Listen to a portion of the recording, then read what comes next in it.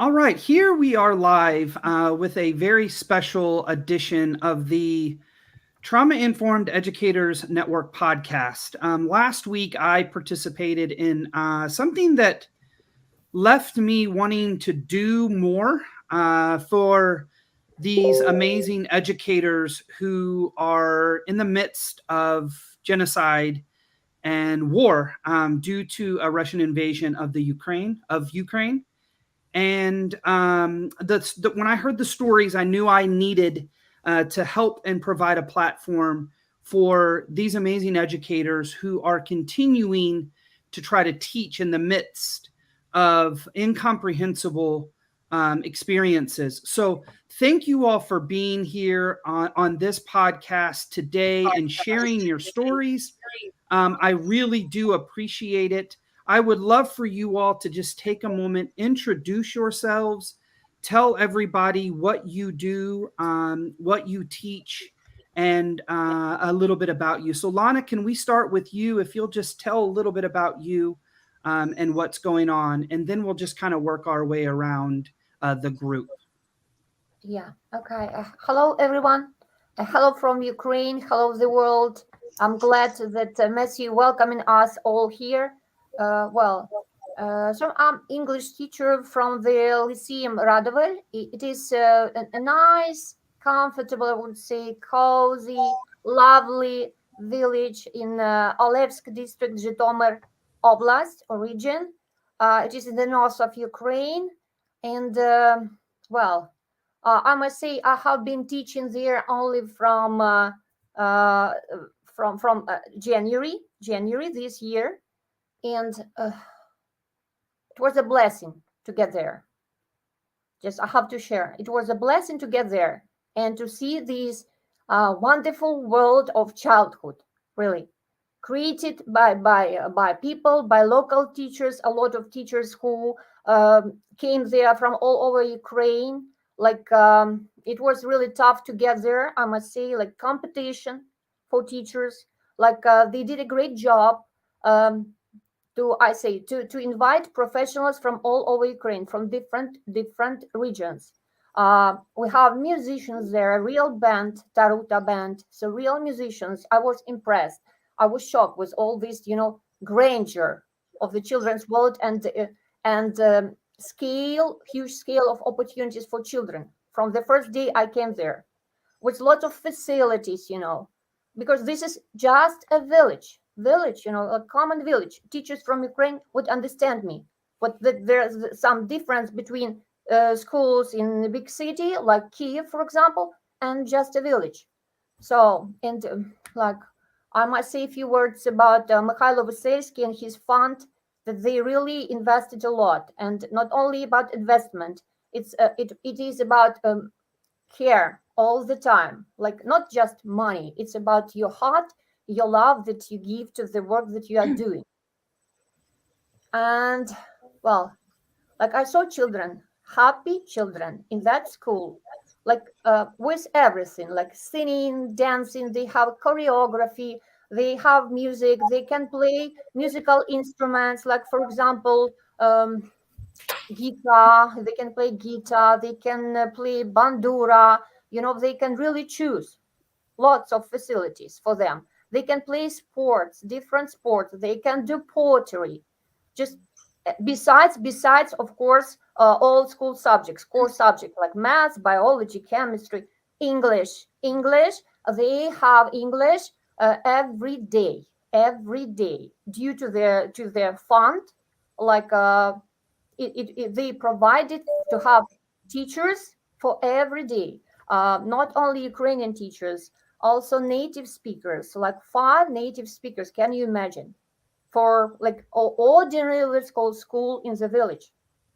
So that's why, just for you to understand how it's not only about that, of course, it's about every school. But like if you have all these and one day you do not, like about that day on the 24th of February, when in the morning we were going to take a bus, teachers and children, comfortable coaches. Yeah, I say not just about the coaches. would take teachers and students in separate buses to school, to the village. And what happened? We had the news about the war, like that there would be no school, that everything was stopped, like everything froze in that day. Well, so And thank you for sharing that. And Lana, I think I will be sharing to what school you're referring to. So Ina, who is also on the podcast today, introduced me to the school that you're referring to. And I cannot express the remarkable actual physical space and the social and emotional space that is developed for kids by an entrepreneur to give back to his own community. So I will be sharing some of that information with the listeners.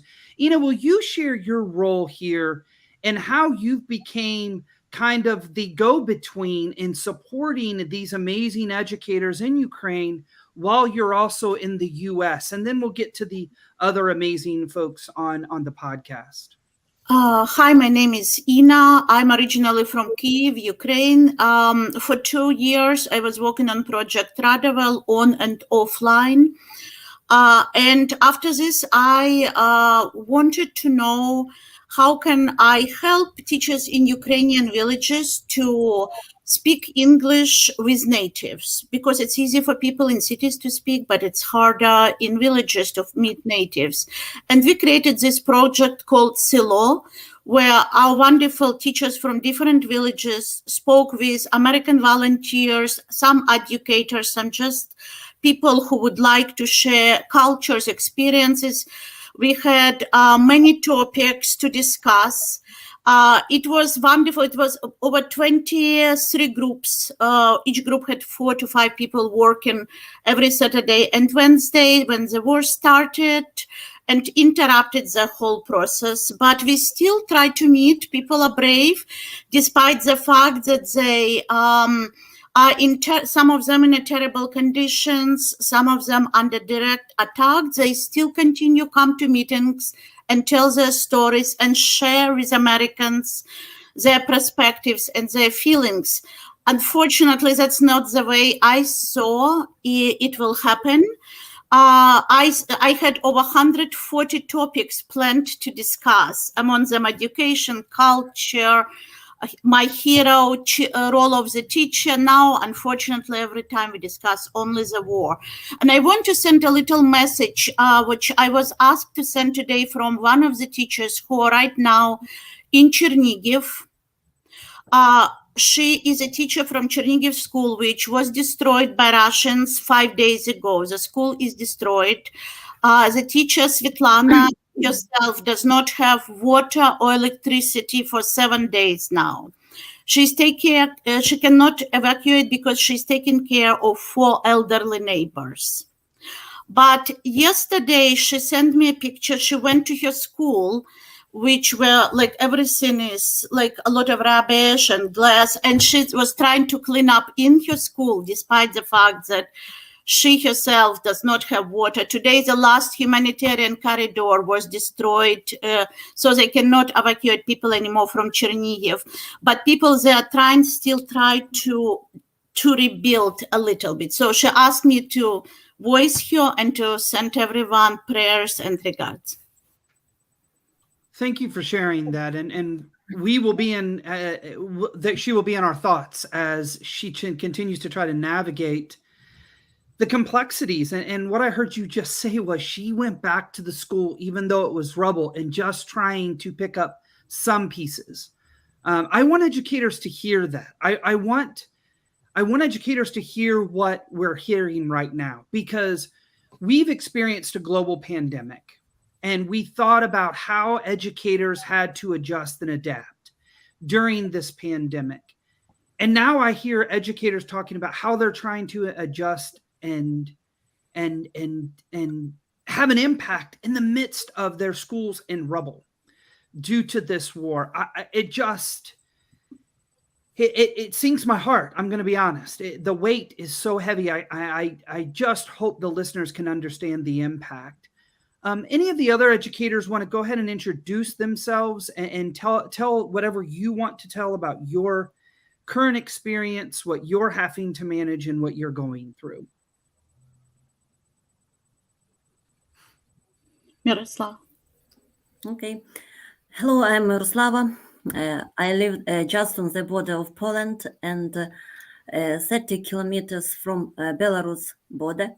And we are okay now, we are safe, but we often hear alarm sirens, but we don't hide because we have so much work to do. We help our soldiers, we sought humanitarian aid, and besides, we try to help all people coming to our village. We try to help refugees from different parts of Ukraine, and we welcome pupils to our school. We join them to our own online classes, because we have online classes for the second week.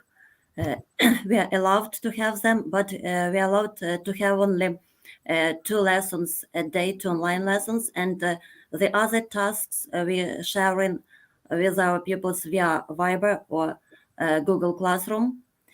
And nearly some days ago, as I am the class teacher of the 10th form, and I teach English, I gave and we studying education in Ukraine, I gave my pupils such a task to write some sentences about education in Ukraine and about war. And I like to read some sentences. One boy wrote, "A terrible event that makes me live in fear, but the learning process continues. We have studies, and in the areas where there is no war, there are only 2 lessons. It is not productive. It is difficult without teachers. We don't have a face-to-face communication." And these are the words of a simple boy, and we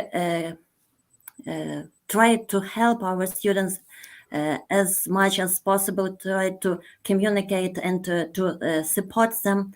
But as you know, and everybody knows, that face-to-face communication is best of all. But we don't have such opportunity nowadays. And before the war, we have classes. We participated in different projects. For example, our school was one of 10 winners of all over the world of climate action school video competition held by the British Council. And nearly 4 or 3 days ago, they sent me a film release, and this film will be this film about what our school is doing to help the world, to help ecology, will be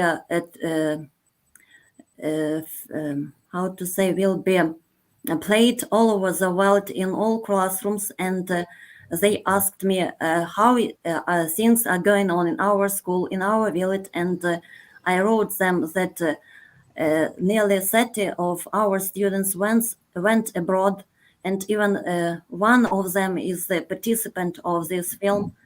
And it's terrible. We have our syllabus is broken because we will not have spring holidays, but it's okay. But we have 1 more week, maybe during the summer holidays, to study.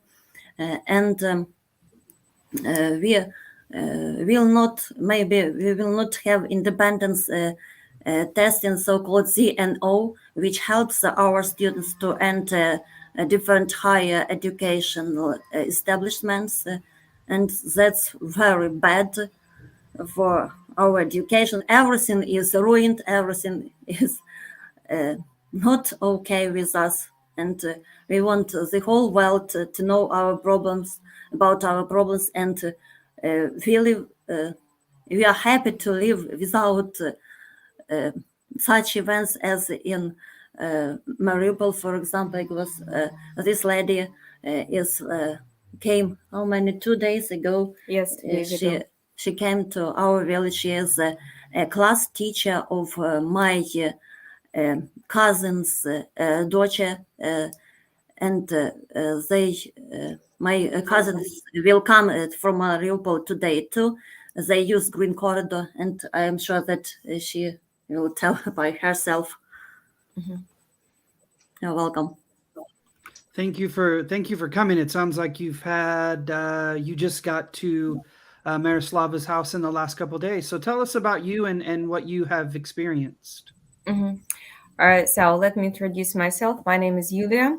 I'm from Mariupol, and during last 7 days, I've been traveling through Ukraine to find some safe place, or to not to hear any sounds of bombs and exploding, no glass crashing, and we were really lucky when we decided to escape the town. And it was one of the first days when people could leave the town. And we did it, I and my son are of 13. We lived in the center of the town. When everything started, we just heard sounds of bombing on the outskirts, but when it came closer, and the center of the town was attacked non-stop for 3 days, we understood that we couldn't stay there anymore. And as I told Miroslava, we were together all the time. And it was our decision to live or to die, but together. And we slept together. My son hugged me tightly. Sometimes it was really scary. We couldn't leave our house. We cooked food in front of the porch. It was some kind of campfire, and all the people from the house came there to cook food. So it was experience, terrible experience, and these are at least 7 or 8 days of peace and quiet. It's just something unbelievable. So, but life goes on, and we got shelter. Miroslava helped my son to be a pupil of another school, and he has already had 2 lessons today. And unfortunately, I don't work. I'm not working now, but I'm always in touch with my students, with my pupils. They ask her for advice, and we still together try to solve for our problems, our common problems. So that's all, I think. And I'd like to add, she is a class teacher of school leavers. School leavers, yes, and all the pupils are so terrified. They don't know what to do, and what to do next, how to get certificates, how to enter the universities. So it's a very difficult time for them. Yes, the place where I worked was ruined. We've got just the walls, no windows. Something is the ceiling, but it's very sad, really. And she told that when they were going to take some water from the she called it krnichka, from the well, and it's situated just near the river.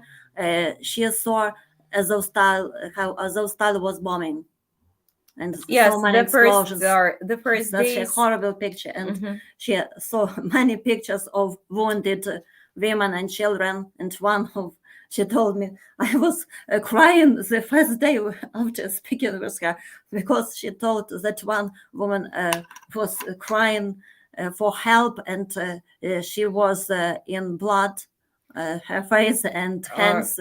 Yes, sorry. One day when I was in my flat, my apartment, I heard some screaming. And when I entered, people told me that not far from our house, there was a bomb, and people just like we were cooking some food, and the bomb was got just the place where people were doing it. And our children were injured, as well as a lot of our grown-ups were killed. And this woman was screaming for help because our children and grandchildren were injured. She was in blood as well. It was terrible. And the first day she showed me her hands and told that at least her hands are not in ashes and at least they are clean. Yes. Well, I don't have any words. She is a witness of Russia's actions in our country. Unfortunately, my father So-called stayed there. He can't leave the place because it's not controlled by our Ukrainians, and we just wait the moment when we can reunite and see each other. But it was really a happy moment when I heard his voice, and he understood that we are okay. And she's got 3 cousins. Yes, I've got 3 cousins there. One of them phoned me today, but the rest, 2 with their families, are still with no contact. And they lived in Mariupol and in the place where everything was broken and no more houses. And she doesn't know what happens with them. Well, I have no words. I have no words other than I can't imagine. I don't have anything, and I will tell you that this is like the a parallel reality. Yeah. This is the Trauma Informed Educators Network podcast. So we focus on the impact of trauma and how it impacts not just kids but adults. And I will tell you, I hope that you can find some time and some peace to be able to allow yourself and your nervous system to settle a bit, because you are in the midst of a crisis. And it's my hope, and Ina and I have talked, where I'm trying to gather some supports so that people who are going through, such as yourself, can have somebody to talk to about what's going on, because we have to process that. Yes, life goes on, but trauma impacts us. And I want you to know that we are thinking about you, and we are trying on this end, even in the US, to gather support, and even if it's just a video conference with somebody who can help you process that. So know that we're trying to work on that. And Ina, I didn't tell you this earlier, but I work with an organization called PACES Connection, which is Positive Adverse Childhood Experiences Connection. And I went back and told them about our conversation with the amazing educators last week. And they're actually gathering how to support children during war. So very shortly on the website of the organization that I work, we'll have some resources on ways to help not only the children, but also to help you all to process, because it's really important. Thank you so much for sharing what you shared. I know that has got to be challenging. And I appreciate the vulnerability that you just gave to share your experience, because I know processing that is challenging. So thank you for sharing that. Slavania, would you like to go ahead and share, because I know you've been on here, and then Tatiana, we will have you share your current experiences and what you do. Svetlana. Okay. I am from Sumy region. Yes, I am a teacher of English for about 30 years.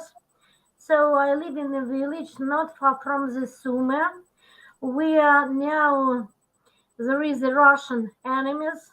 They bombed our Akhtirka like Mariupol. At least 20% of the town are now, and 80% are bombed.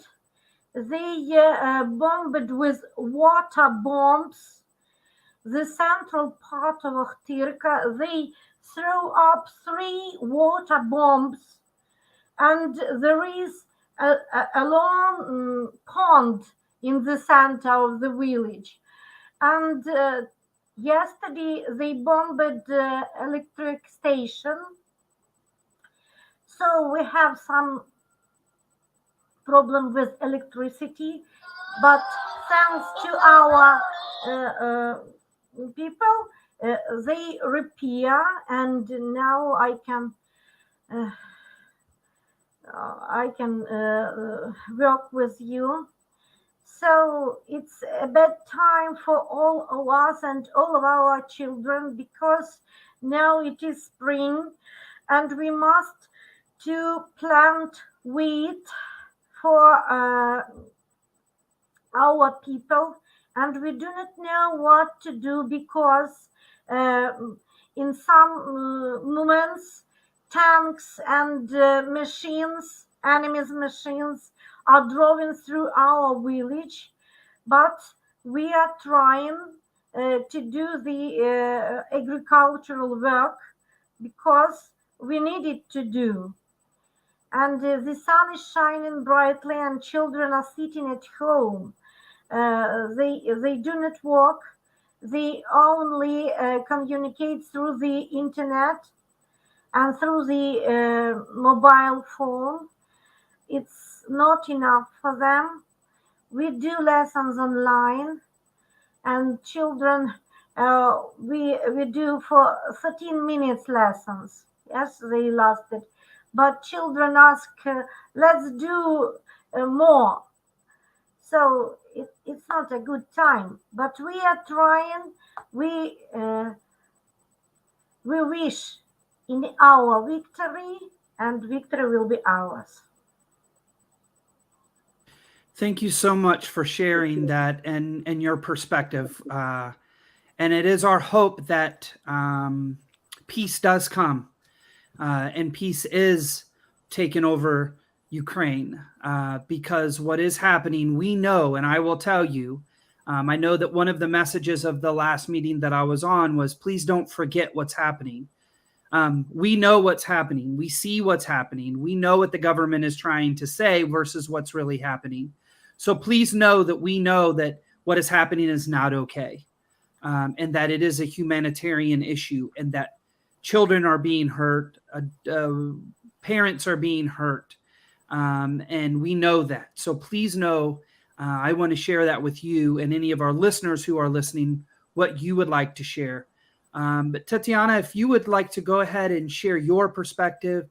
Svetlana, thank you so much for sharing yours. I really appreciate your vulnerability and sharing your experience.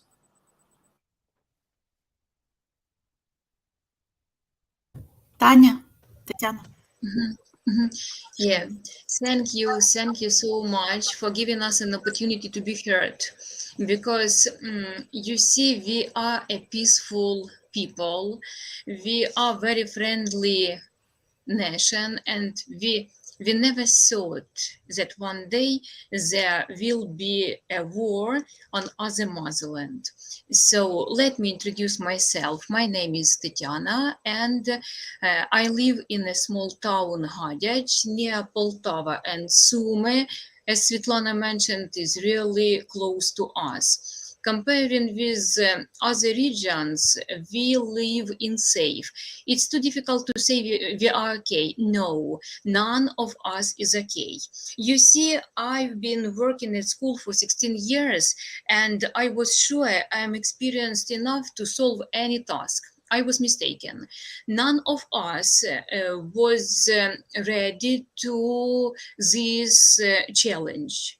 Yeah, I really like my job. I like kids. I like teaching them, and I'm proud of being teacher. And my motto always was, I am a teacher. What is your superpower? You see, now I changed it. Yeah, everyone knows my motto. I am a Ukrainian. What is your superpower?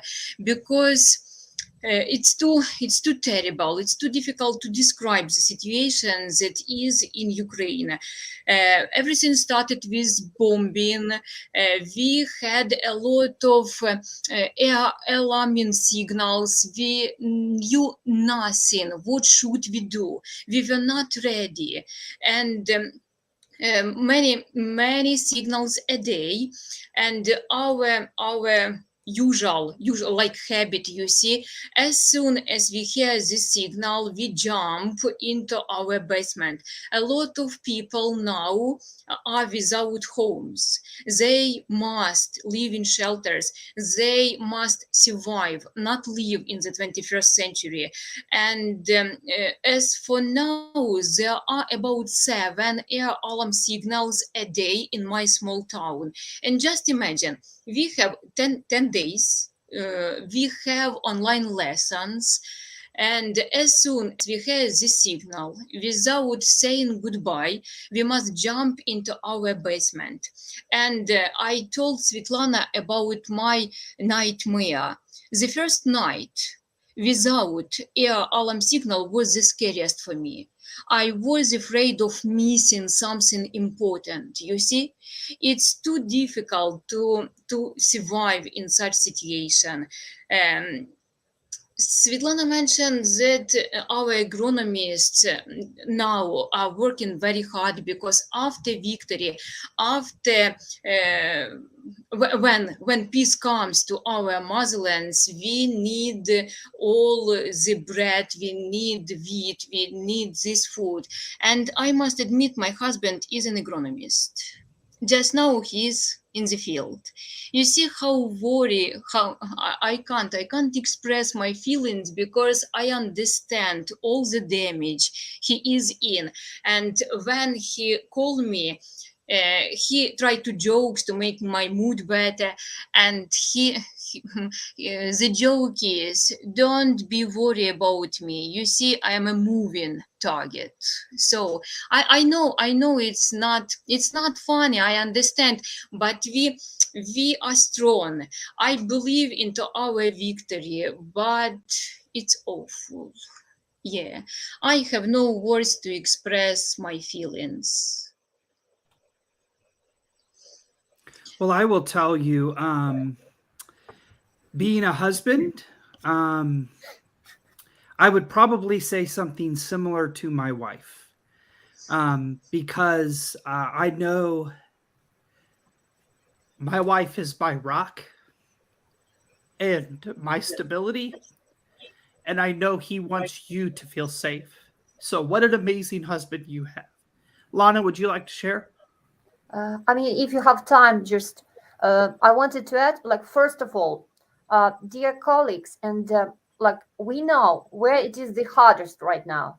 We really, our hearts are with Mariupol, with Mykolaiv, with Kiev, with Sumy. So you are amazing. We just praying for you.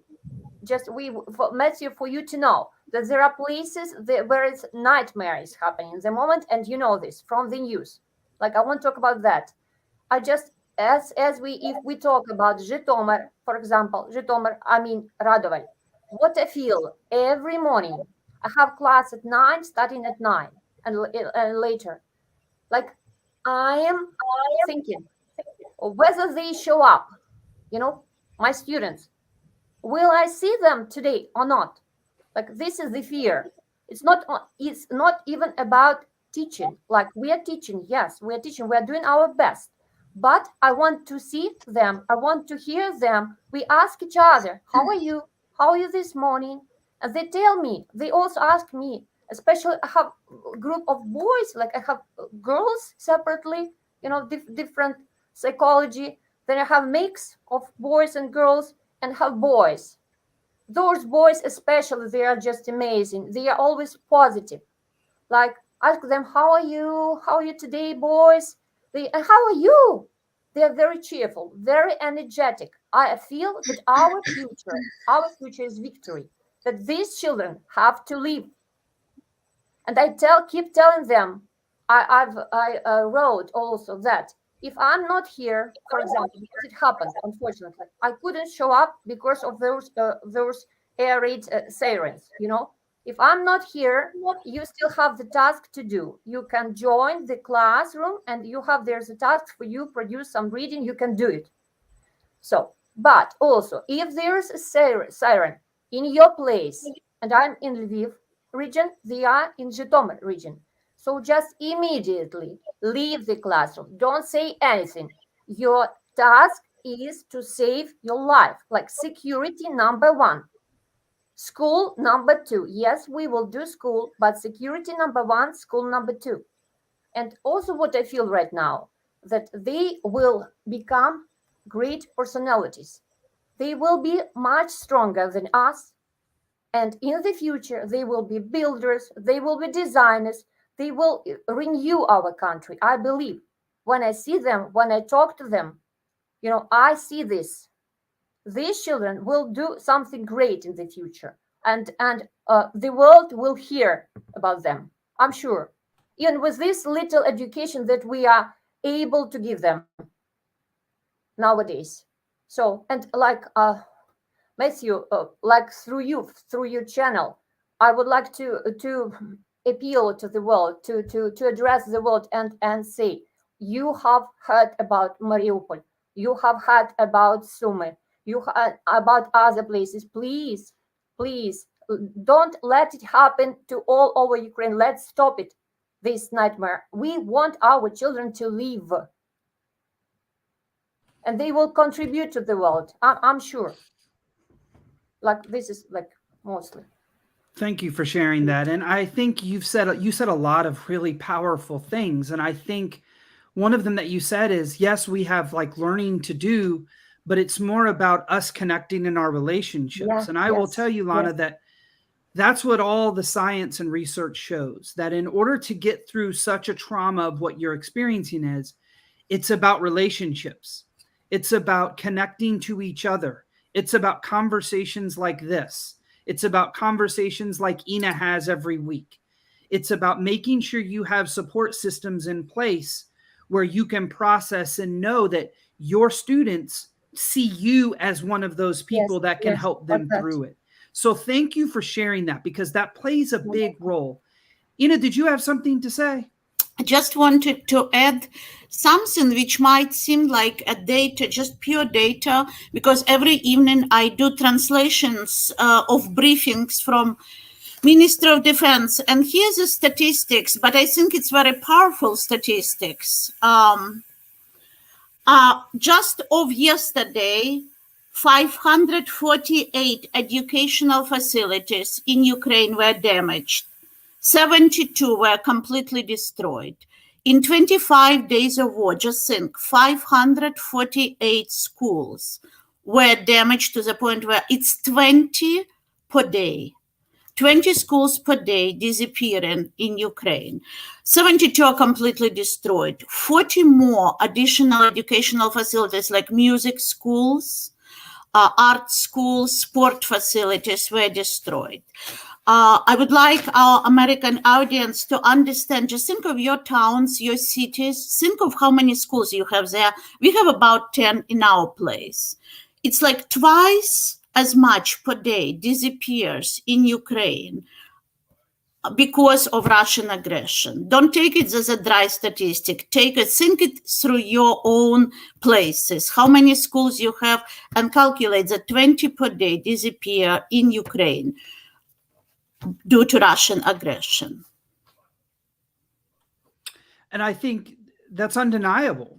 And I think it's time for people like myself who are sitting in the US to understand that the bombings aren't happening to military spaces. They're happening to villages. They're happening to cities. They're happening to schools. They're happening to hospitals. It's that this is happening on a day-to-day. And I want to reiterate what Ina just said. She said 548 schools were damaged and 72 were destroyed. That's 20 schools are being hit every single day. And she mentioned that she does translation for the Department of Defense. So these are numbers coming in from the government of Ukraine. So please understand that this is what educators and kids and families are managing on a day-to-day basis. When these stories are being shared, like Svetlana's, and understanding that just trying to figure out what to do next. We don't have electricity. We don't have water. And Lana of going, I just want my kids to be safe. That this is what people need to understand about teaching. And Lana, I want to say teaching in the midst of war isn't about math. It's not about reading. It's not about science. It's about connecting to each other to make sure that everybody knows that they are cared for, they're loved, and that safety has to be number one. Anybody else have any thoughts to share when you hear what Ina just said about the number of schools or what has happened across your country? Anybody else have any thoughts? Feel free to share if you would like or feel comfortable. I can, but I would like to give my colleagues chance. Of course.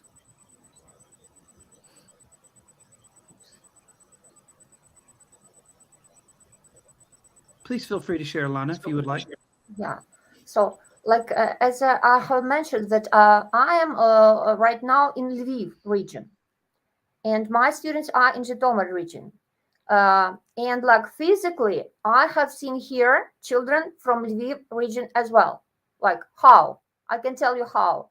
For example, yesterday we had a number of alarms that was crazy. But so after school, I go to help with weaving nets, like nets for military, for our army to protect, to protect. I can say masking, masking nets. So usually these are women who do this, and sometimes also a lot of children from local schools. And yesterday it was a bit unusual because one mother came in and she asked to live with us her daughter of 8. She said that I would go away for some time. She's very keen to help you, and that was the girl of 8 years old, Vika, her name. So she was very keen, helping, talkative, you talking all the time. Like we felt that like childhood is childhood. And this is great. Like whichever condition, children are children. Like what happened then? Like we had alarms once and twice. Her mom came and I skip a little bit. We okayed in one bunker, like her mom, Vika, and me. And like it was tiring because it lasted probably even 3 hours. I don't remember. You guys, yesterday you remember it was very long. One time, very long, like 3 hours, something like that. And it was quite cold inside.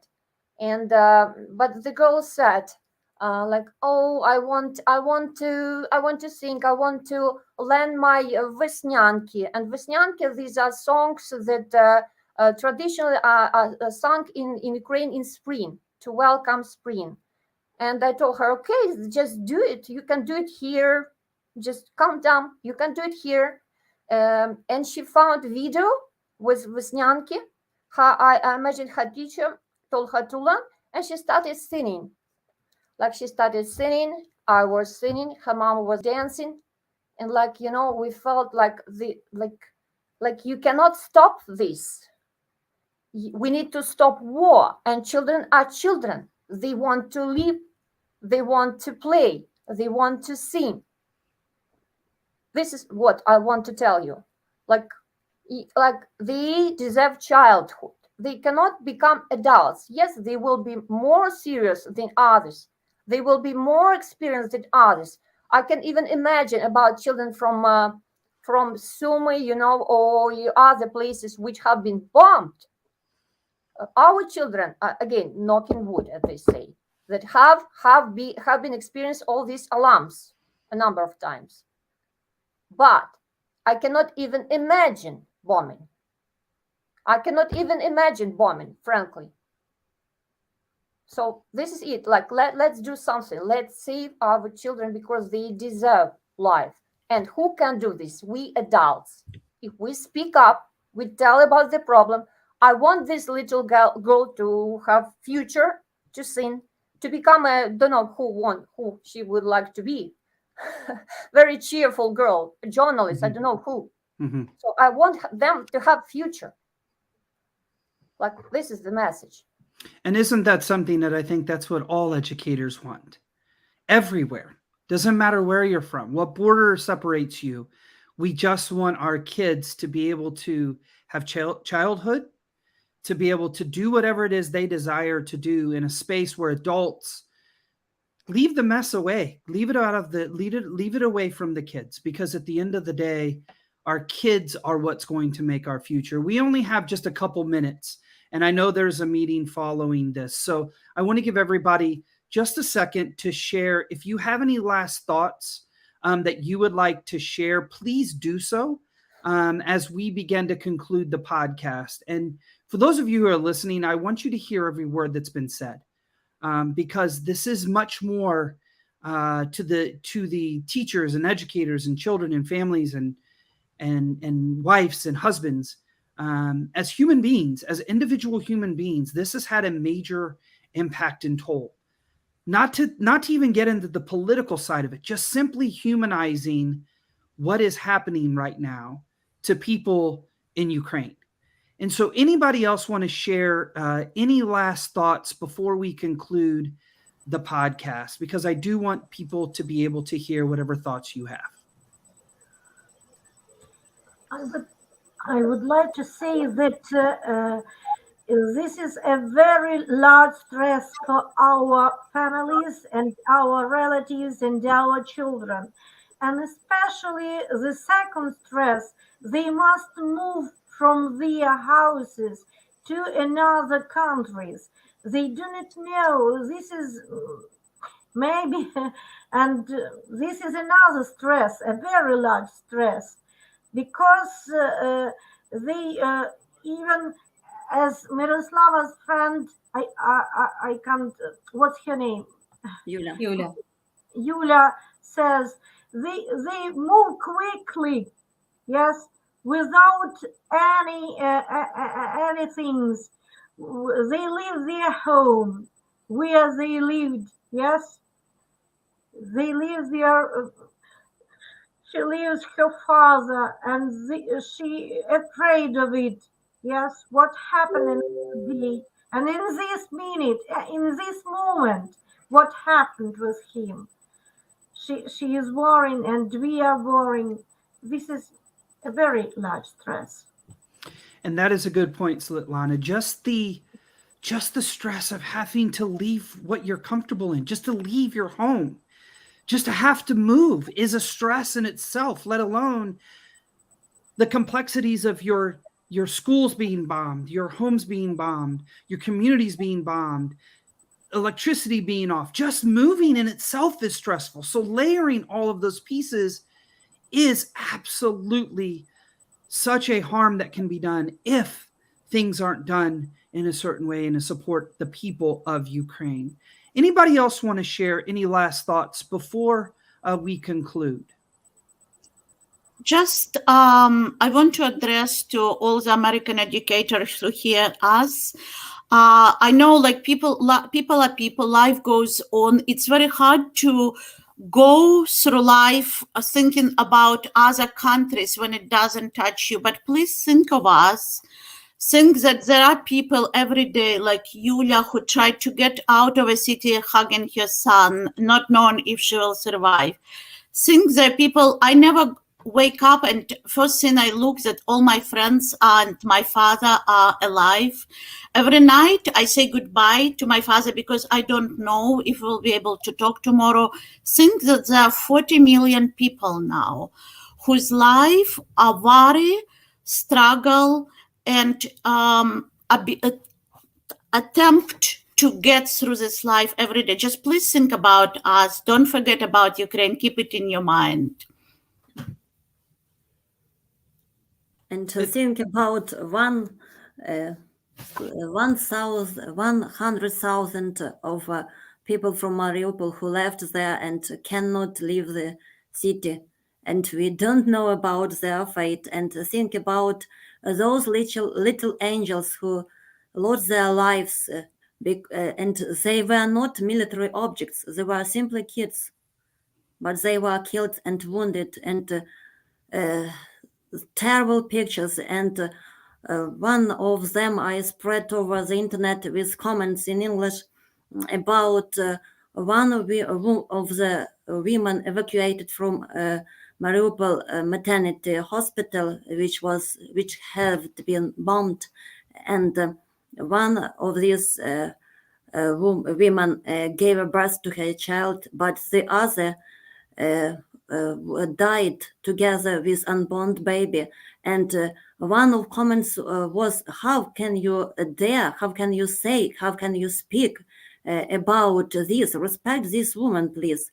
And there were pros and cons on this question, on this problem, which was risen. And I told, in the sake of this woman, not to forget, in the sake of our children, not to be forgotten, the world should know what happens, what really happens in our country, Ukraine, and it is really genocide of Ukrainian nation.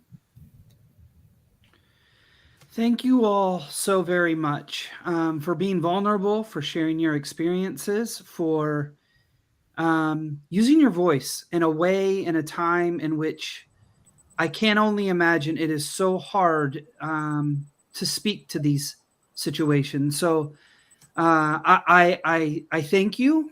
You are going to continue to be in the forefront of my thoughts as we share this.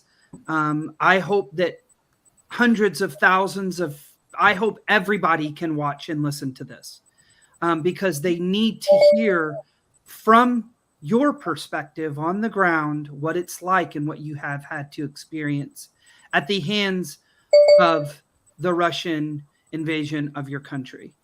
So thank you so much. Please take time to connect to yourselves and your students. Continue to do what you do. We appreciate you. And our thoughts are going to continue to be with you. So for those of you who are listening, thank you so much for being a part. And for those of you who will listen, Ina, if people want to reach out and help, what would you suggest that they do if they want to help what's going on right now in Ukraine? It's hard for me to say. There are many ways to help. You can help financially. You can always you can address people to me who can help financially. I have a list of verified organizations which are very honest, and a list of individuals who need help. People can join our project if they would like to talk, to help. And by the way, today we are having an art therapist in 5 minutes. If you join the project, you'll hear an American art therapist. So anyone who can join to help, to give advice, to talk, people with any ideas, please connect. And people who can afford to help financially, send them. I will give them the list of organizations. Thank you so much. And I know you have to go. If you send me those lists, I will connect those to this podcast. And I do have a colleague, therapist, and friend out of the UK and England who is going to partner with me to help with a session for the group that you have. She reached out to me and said, how can I help? And I told her exactly what she could help with. So thank you all so much. I know you have another gathering to get to. I appreciate you. You will continue to be in our thoughts. And I can promise you, we will not forget what's going on with Ukraine. So thank you all. Have a great rest of your day. For those of you who are listening, I hope to see you next week at next week's podcast. Thank you. Thank you.